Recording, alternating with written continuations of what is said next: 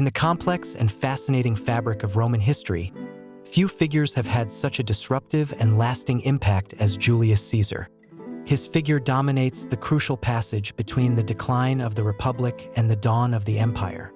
A shrewd politician, a brilliant general, a refined orator, and an elegant writer, Caesar was not only an ambitious aristocrat seeking glory, but an innovator who challenged the traditional structures of the Roman state, upsetting the fragile balance of its institutions.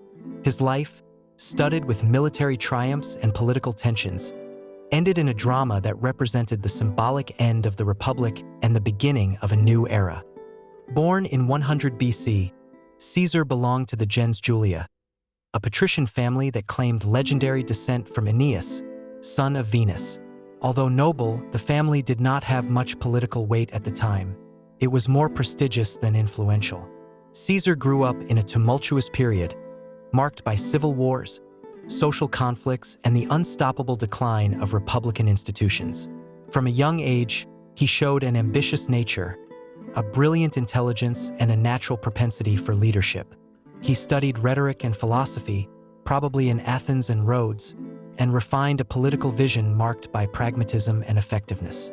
During his rise, he went through the cursus honorum, the path of public office, Aedile, Praetor, Pontifex Maximus. Each position was used as a springboard to consolidate his consensus among the people and the knights.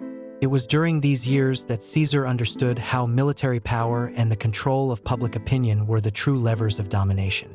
He demonstrated exceptional ability in building alliances, especially among the populares, the political party that represented the interests of the people, in opposition to the Optimates, an expression of the conservative senatorial aristocracy. In 60 BC, aware of the need for strong support to overcome institutional obstacles, Caesar formed an informal political coalition with Gnaeus Pompeius Magnus, the greatest general of the time, and Marcus Licinius Crassus, the most powerful and richest banker in Rome. The pact, now known as the First Triumvirate, had no legal basis but was extremely effective. It combined their respective resources: Pompey's military prestige, Crassus' enormous wealth, and Caesar's political energy. The triumvirate guaranteed advantages to all. Caesar obtained the consulate in 59 BC and subsequently the proconsulate of Gaul with full military powers. Pompey saw his political acts confirmed and received lands to distribute to his veterans. Crassus obtained laws favorable to the interests of the equestrian class. But this alliance hid underlying tensions and divergent destinies. Between 1580 and 1550, Caesar led one of the most famous military campaigns in history, the conquest of Gaul. During 9 years of war, masterfully narrated in the Commentarii de Bello Gallico, he subdued vast territories and warlike tribes such as the Helvetii, the Belgi, the Veneti, the Germans, and the Britons. His military strategy was characterized by speed of action, tactical innovation, and a wise use of the divisions between the local tribes. The climax was the Battle of Alesia in 52, an epical siege against Vercingetorix, the charismatic Gallic leader. Here, Caesar displayed extraordinary engineering skill, building a double line of fortifications to defend against both the besieged and external relief forces.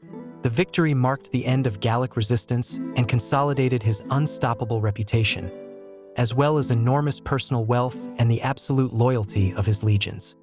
Success in Gaul greatly increased Caesar's power, arousing fears in the Senate, where the conservative wing was strengthening. The death of Crassus at Carrhae in 53, during a disastrous campaign against the Parthians, weakened the triumvirate and left the field open to antagonism between Caesar and Pompey, now aligned with the Optimates. The Senate, fearing Caesar's ambition, ordered him to disband the army and return to Rome as a private citizen. Caesar, aware that this would mean his political end, opted for a revolutionary gesture.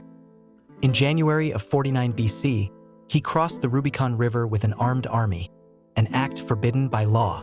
Alia iacta est, the die is cast, he would have said. From that moment, Italy was overwhelmed by a new civil war.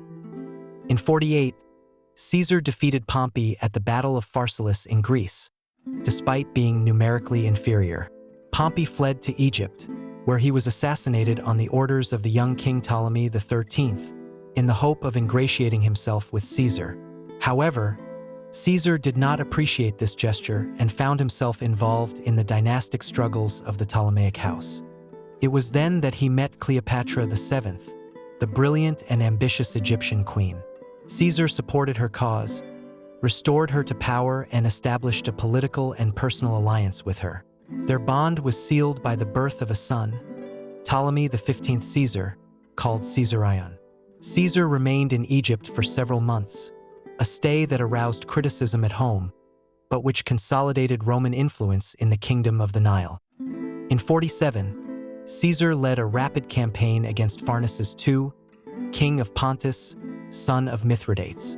He defeated him with disarming ease at Zela, in modern Turkey, and sent the famous message to the Senate, Veni Vidi Vici, I came, I saw, I conquered, an expression of his lightning efficiency and military genius. Subsequently, he subdued the last Republican resistance in Africa, Battle of Thapsus, and Spain, Battle of Munda, ensuring full control of the Roman world. Returning to Rome in 45, Caesar received extraordinary honors. He was named dictator for life, had the right of veto, was represented among the gods, wore the laurel wreath, and sat on a golden chair in the Senate. He profoundly reformed the state. He created the Julian calendar, redistributed lands, founded colonies, granted citizenship to many provinces, and reduced the debt.